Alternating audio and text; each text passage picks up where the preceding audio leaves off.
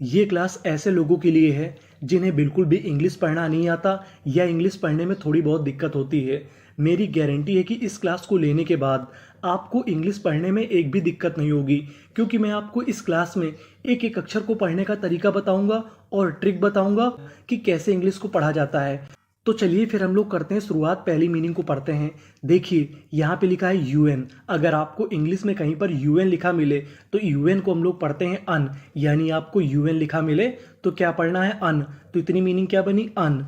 ई x, इसे पढ़ेंगे x. PEC, pack. और आखिरी में लिखा है टीईडी। टीईडी को पढ़ते हैं टेड, क्या पढ़ते हैं, टेड। तो मीनिंग क्या बनी, अन एक्सपेक्टेड, अनएक्सपेक्टेड, अनएक्सपेक्टेड। अनएक्सपेक्टेड का मतलब होता है अप्रत्याशित, यानी जिस चीज की आपको उम्मीद ना हो उसे हम लोग कहते हैं अप्रत्याशित, यानी अनएक्सपेक्टेड।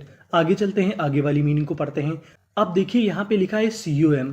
अगर आपको इंग्लिश की मीनिंग की शुरुआत में CUM लिखा मिले तो CUM को हम लोग पढ़ते हैं कम। इसे हम लोग कोम नहीं पढ़ते, इसे क्या पढ़ते हैं, कम। तो मीनिंग क्या बनी इतनी, CUM कम।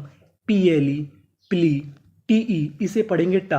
आपको इंग्लिश का एक रूल याद रखना है, अगर आपको इंग्लिश की मीनिंग में आखिरी में ई लिखा मिले तो आपको ई का उच्चारण नहीं करना होता, आपको ई से पहले तक का उच्चारण करना होता है। तो मीनिंग क्या बनी, CUM कम, PLE प्ली, TE इसे पढ़ेंगे टा, कंप्लीट। कंप्लीट, कंप्लीट का मतलब होता है पूरा, तो मीनिंग क्या बनी, कंप्लीट। आगे चलते हैं। अब यहाँ पे लिखा है EX। EX को पढ़ते हैं एक्स, क्या पढ़ते हैं, एक्स। TRE, इसे पढ़ेंगे ट्री। और आखिरी में लिखा है ME, इसे पढ़ेंगे माँ, क्योंकि आखिरी में हमें ई का उच्चारण तो करना नहीं। तो मीनिंग क्या बनी, एक्सट्रीम।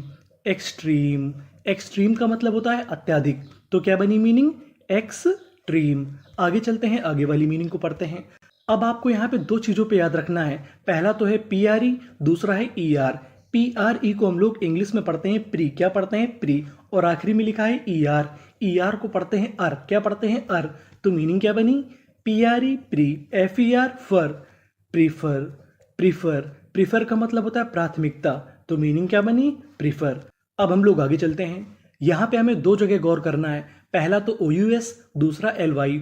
OUS को हम लोग पढ़ते हैं अस, क्या पढ़ते हैं, अस। और LY को पढ़ते हैं ली, यानी आपको कहीं पर OUS लिखा मिले तो क्या पढ़ना है, अस। और LY को पढ़ना है ली, तो मीनिंग क्या बनी, SECRI री, सीरी। OUS अस, सीरियस। LY ली, सीरियसली। Seriously, seriously. सीरियसली का मतलब होता है गंभीरता, तो मीनिंग क्या बनी, सीरियसली।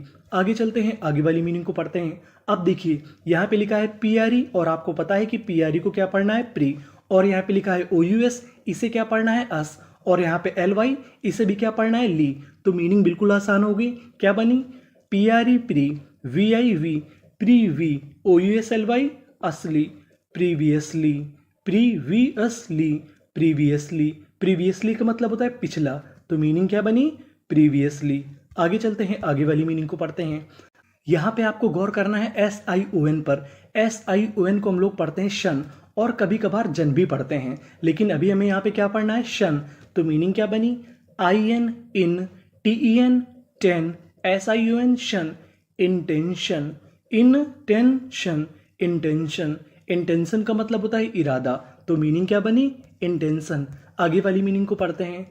अब देखिए इस मीनिंग के भी आखिरी में लिखा है SION, लेकिन यहाँ पे हम उसे सन नहीं पढ़ेंगे, यहाँ पे पढ़ेंगे जन, क्या पढ़ेंगे, जन। तो मीनिंग क्या बनी, DEDCIC, decision. Decision, decision. Decision का मतलब होता है निर्णय, तो मीनिंग क्या बनी, डिसीजन। आगे चलते हैं, आगे वाली मीनिंग को पढ़ते हैं। यहाँ पे आपको गौर करना है PRI को। PRI को हम लोग पढ़ते हैं प्राई, क्या पढ़ते हैं, प्राई। और शुरुआत में लिखा है SUR। SUR को पढ़ेंगे सर, क्या पढ़ेंगे, सर।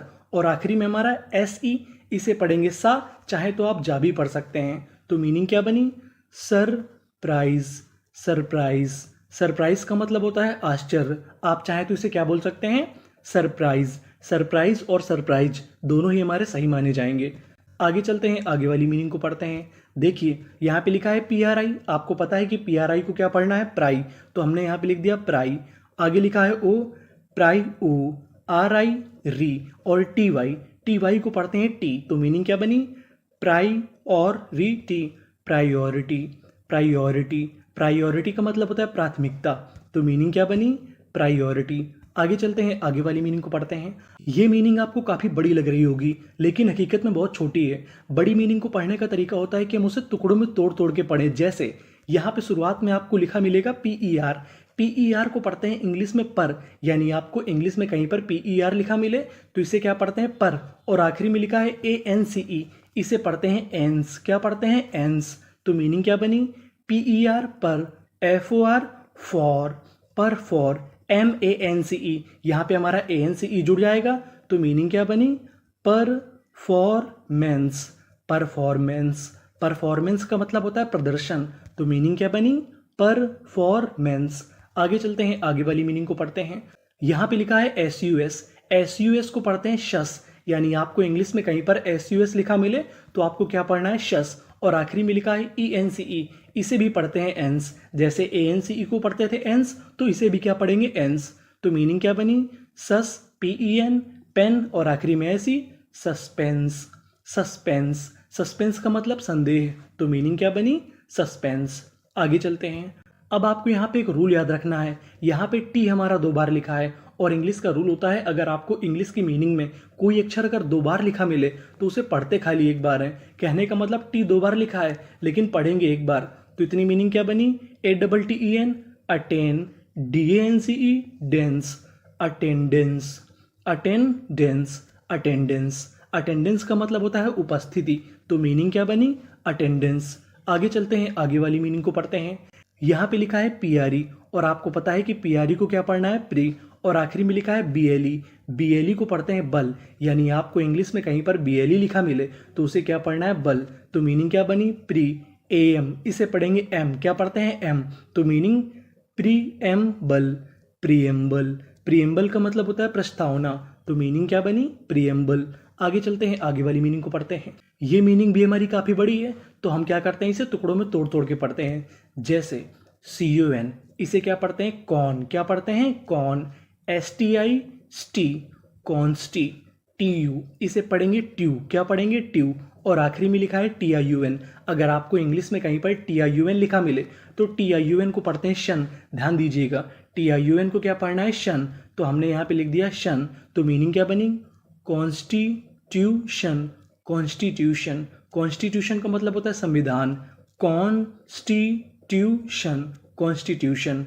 अब हम लोग आगे वाली मीनिंग को पढ़ते हैं। यहाँ पे आपको गौर करना है CU पर। अगर आपको इंग्लिश की मीनिंग के बीच में CU लिखा मिले तो CU को पढ़ते हैं Q। क्या पढ़ते हैं? Q, यानी बीच में CU लिखा है तो हमें क्या पढ़ना है? Q।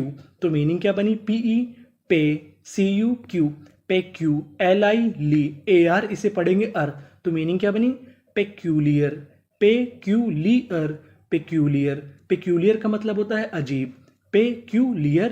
पेक्यूलियर। आगे चलते हैं, आगे वाली मीनिंग को पढ़ते हैं। MENT, मेंट, INS, इंस, TALL, इसे क्या पढ़ते हैं? टॉल। यहाँ पे L हमारा 2 बार है लेकिन पढ़ेंगे कितनी बार? एक बार। तो मीनिंग क्या बनी? इंस्टॉलमेंट। इंस्टॉलमेंट। इंस्टॉलमेंट का मतलब होता है किस्त, तो मीनिंग क्या बनी हमारी? इंस्टॉलमेंट। इंस्टॉलमेंट। आगे चलते हैं, आगे वाली मीनिंग को पढ़ते हैं। यहाँ पे लिखा है TIUN। आपको पता है कि TIUN को क्या पढ़ते हैं? शन। और शुरुआत में लिखा है IN, इसे पढ़ेंगे इन। FOR for, in for. MA, इसे पढ़ेंगे में, क्योंकि जो हमारा A होता है वो ज़्यादातर एक ही मात्रा का काम करता है। तो मीनिंग क्या बनी? इनफॉर्मेशन। इन्फॉर्मेशन। अगर आप इस तरीके से मीनिंग पढ़ोगे तो आपको मीनिंग याद भी होती जाएंगी। तो मीनिंग क्या बनी? इन्फॉर्मेशन। इन्फॉर्मेशन। इन्फॉर्मेशन का मतलब होता है सूचना, तो क्या मीनिंग बनी? इन्फॉर्मेशन। आगे चलते हैं। यहाँ पे लिखा है TIUN तो हमने लिख दिया शन। DIS, इसे पढ़ेंगे डिस। TRAC, इसे पढ़ेंगे ट्रैक। क्या पढ़ेंगे? ट्रैक। तो मीनिंग क्या बनी?